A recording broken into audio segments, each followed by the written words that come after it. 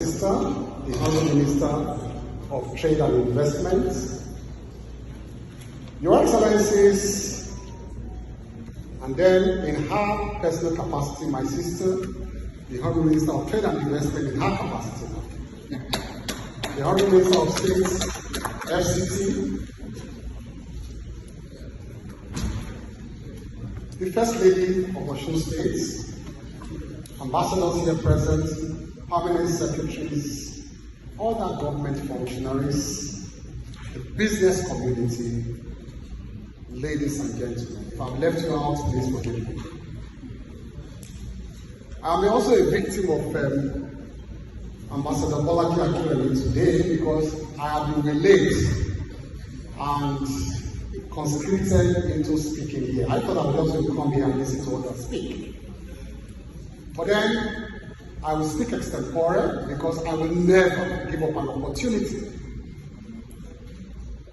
at a world stage like this to sell my sector, which is the aviation sector, to the world. It's a huge opportunity that I will never turn down. The importance of the aviation sector in Nigeria, or for any country, in any country for that matter, cannot be overemphasized. In fact, we've been here since morning and we've heard a lot about the African Continental Free Trade Agreement and how we can make it more operational, or we can realize all the gains under that agreement. But let me say first of all that you cannot realize the gains under that agreement without a robust aviation policy in Africa. You cannot. That will enhance the movement of goods and personnel across Africa. That is the bulwark upon which that agreement can be further enhanced. So first of all, we need to promote that robust African aviation policy. I can say confidently that my sector is a sector that my sister here, the Minister of Trade and Investment, must depend upon if you want to attract people to Nigeria. So talk to me more often, my sister. And when you are talking to investors, tell them to come to the aviation sector first before any other sector to attract them into Nigeria.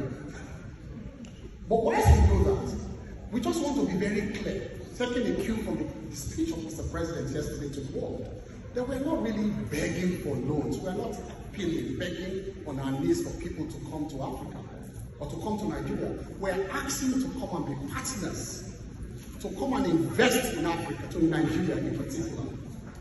Come and make money. We have the population, we have the market, we have the traffic, we have the economy to support it.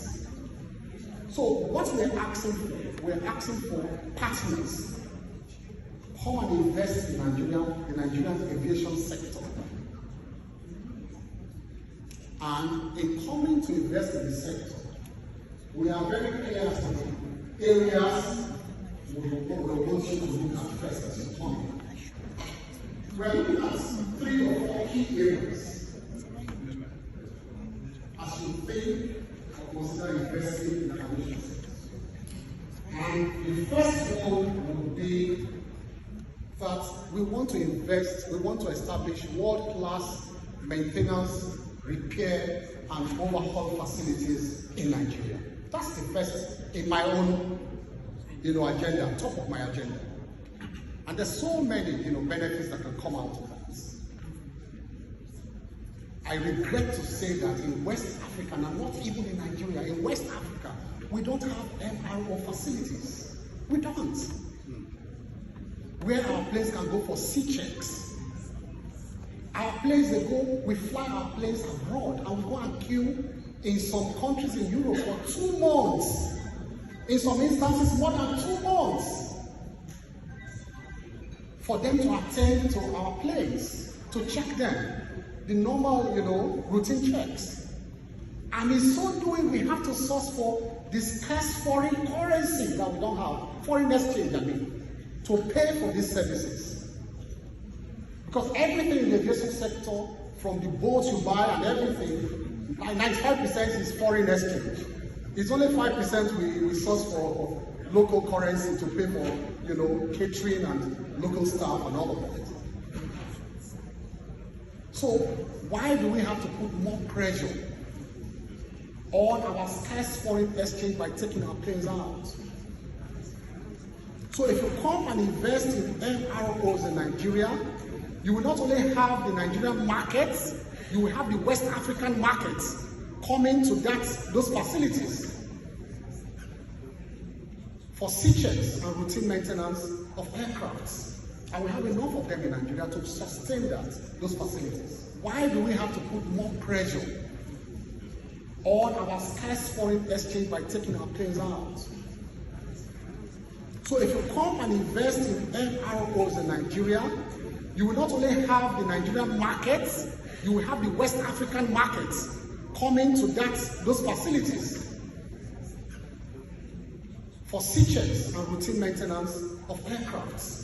And we have enough of them in Nigeria to sustain those facilities. So we're inviting you to come and invest in MROs in Nigeria. You will get your money back in no time. We're also looking at aircraft leasing.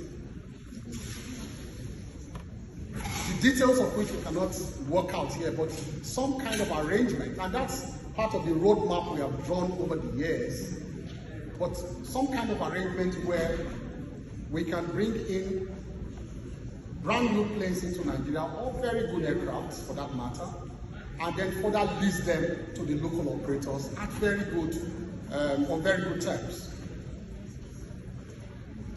It's difficult to get those facilities within Nigeria now because of the very high interest rates for banks. So I will also beg my sister to look at that before we invite the world to come in to Nigeria. So we're looking at that area. Aircraft leasing. We want to establish very good aircraft leasing companies to aid our local operators to get access to planes. I mean, you won't believe now that in Nigeria at times, people are looking for tickets, they're looking for flights to even go within Nigeria. They're not getting flights. That's to tell you the kind of traffic. It's just there, the market is just there for you to come and grab the market. It's a huge population, 240 million people. Once we have more aircraft, we have more people flying. And guess what? We have about functional airports in Nigeria, close to 30 functional airports. You don't have that anywhere in Africa. You don't.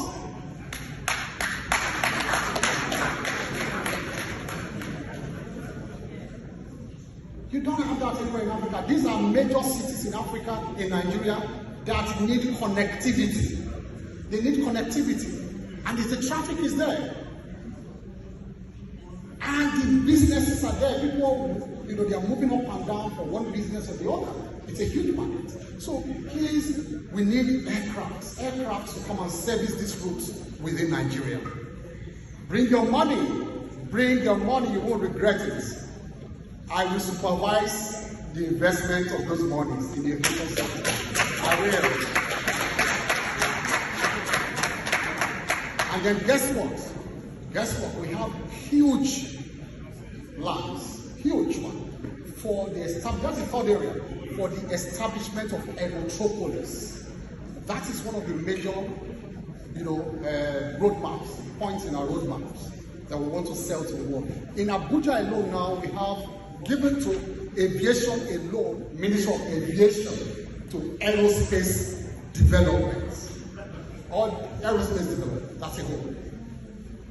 So it's a new plan to expand, within the aviation industry. We are appealing to you to come and invest in this aerotropolis. We have the plan in other parts of Nigeria too. And you will get value for money. Give an example now. If you want to catch a flight in Lagos, for example, and Abuja, for Abuja, the least time you can use to get to the airport from the main city, it's about 30 to 45 minutes if there's no traffic. If there's traffic, maybe 1 hour. And so, just like you have in other parts of the world, in Europe, in America, you have 5-star hotels within the airports.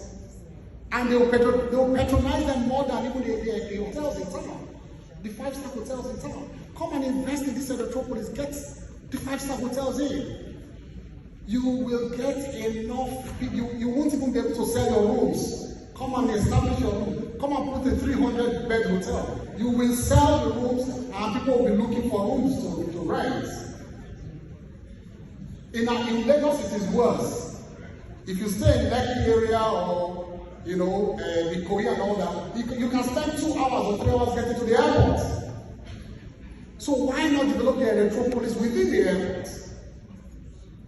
You know, for example, that if you want to catch a flight in Terminal 5 now, Terminal 1 to Heathrow, in London, it's better for you a night before to go and check into the hotel around the airport. That's what you want to do in Nigeria. Come on, bring your money. You have the market for it.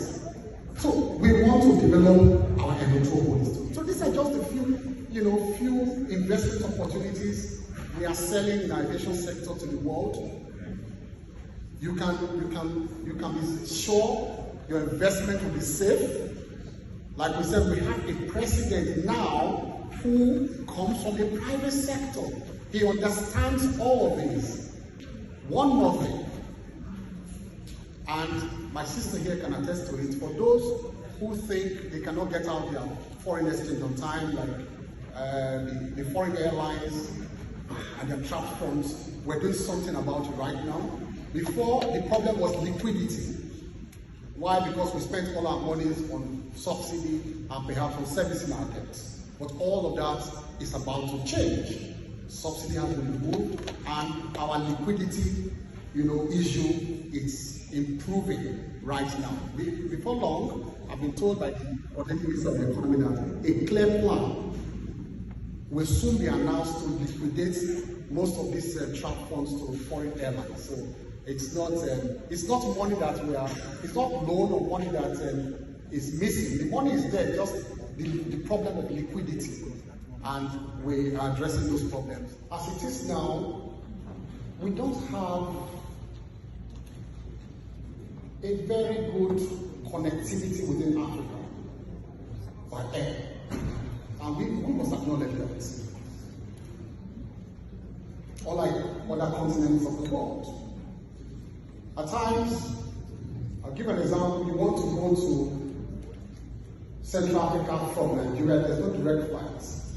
You will first stay 6 hours or 5 hours to Addis Ababa before you connect again after 6 hours back to your neighbor here in Central Africa.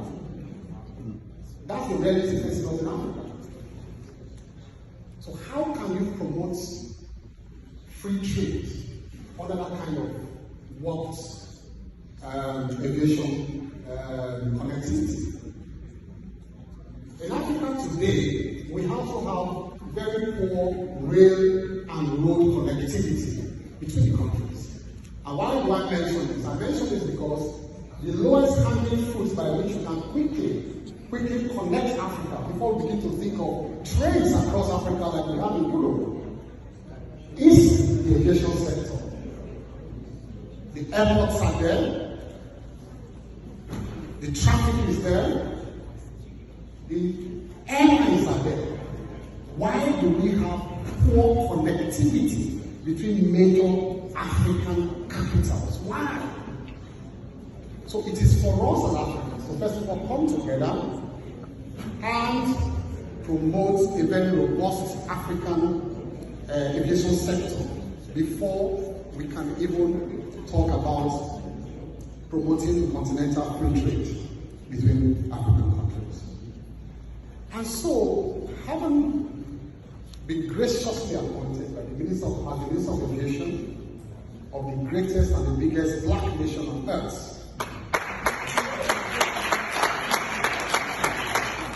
by Mr. President, our able president, I have set out very key areas for government, for myself, to achieve my major KPIs as Minister of Aviation, and I'll mention them briefly and how it relates to promoting investment within Nigeria. First of all, one of my KPIs will be that we want to ensure strict compliance with safety regulations within the sector. My job is to supervise those agencies that are responsible for safety in the skies. The second one would be to support the growth and sustenance of local operators within Nigeria, the local businesses. Without them, there won't be no aviation sector. And over the years, we've had very poor records of the survival of private airlines.